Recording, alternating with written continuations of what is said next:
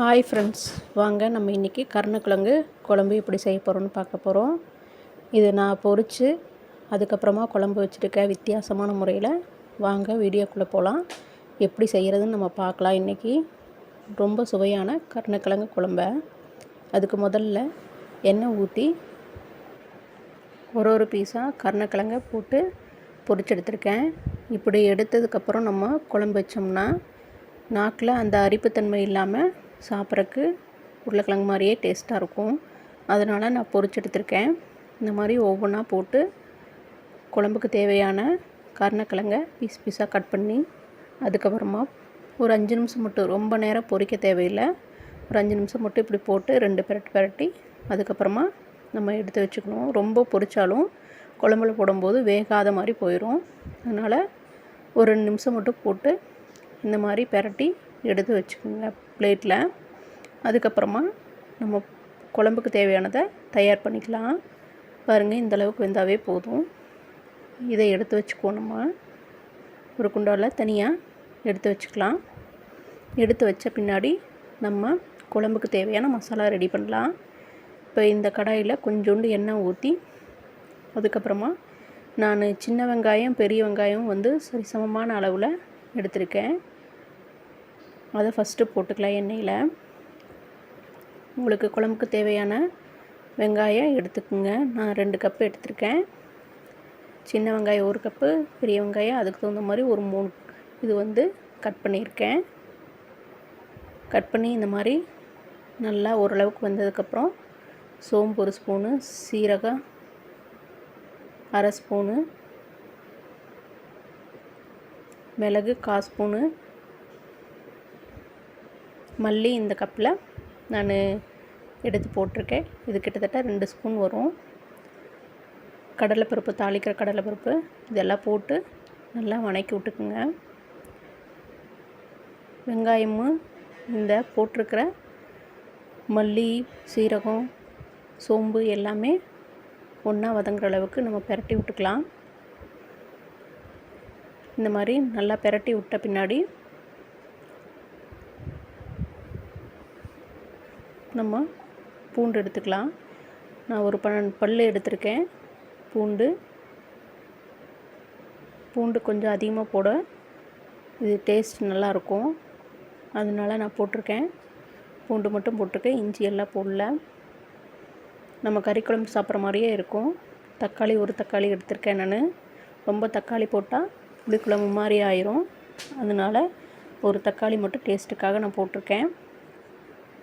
இதெல்லாம் நல்லா வணங்குற அளவுக்கு ஒவ்வொரு தடவையும் நல்லா பிரட்டி விட்டுக்கலாம். நல்லா வெந்து வர அளவுக்கு இந்த மாதிரி நல்லா பிரட்டி விட்டுக்குங்க. நல்லா வெங்காயம் ஓரளவுக்கு வெந்துற அளவுக்கு பிரட்டி விட்டுக்குங்க. அதுக்கப்புறம் நான் ஒரு 1/4 மூடி தேங்காய் எடுத்திருக்கேன். பெரிய மூடியில், தேங்காய் மூடியில் 1/4 மூடி எடுத்திருக்கேன்.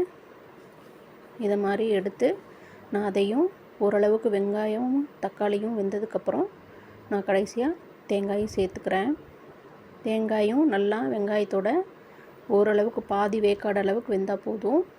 வெந்ததுக்கப்புறம் 1 ஸ்பூனு மிளகாத்தூள், 1 டேபிள் ஸ்பூன் அளவு மல்லித்தூள், அதே ஸ்பூன் அளவில் கறி மசாலா பொடி இதெல்லாம் போட்டு பிரட்டி எடுத்துக்கிறேன்.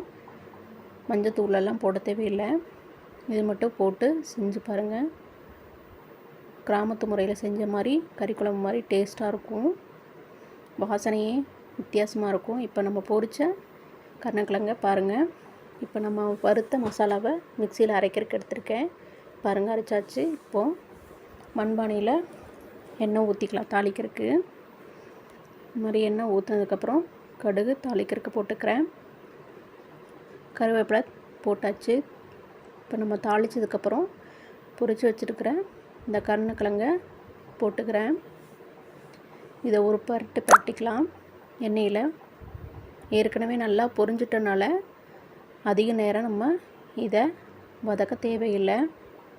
ஒரு 2 நிமிஷம் மட்டும் வதக்கினதுக்கப்புறம் மஞ்சத்தூள் 1 ஸ்பூனு, மறுபடியும் காரத்துக்கு ஏற்றாப்படி 1 ஸ்பூனு மிளகாத்தூள் போட்டு ஒரு பிரட்டிக்கலாம்.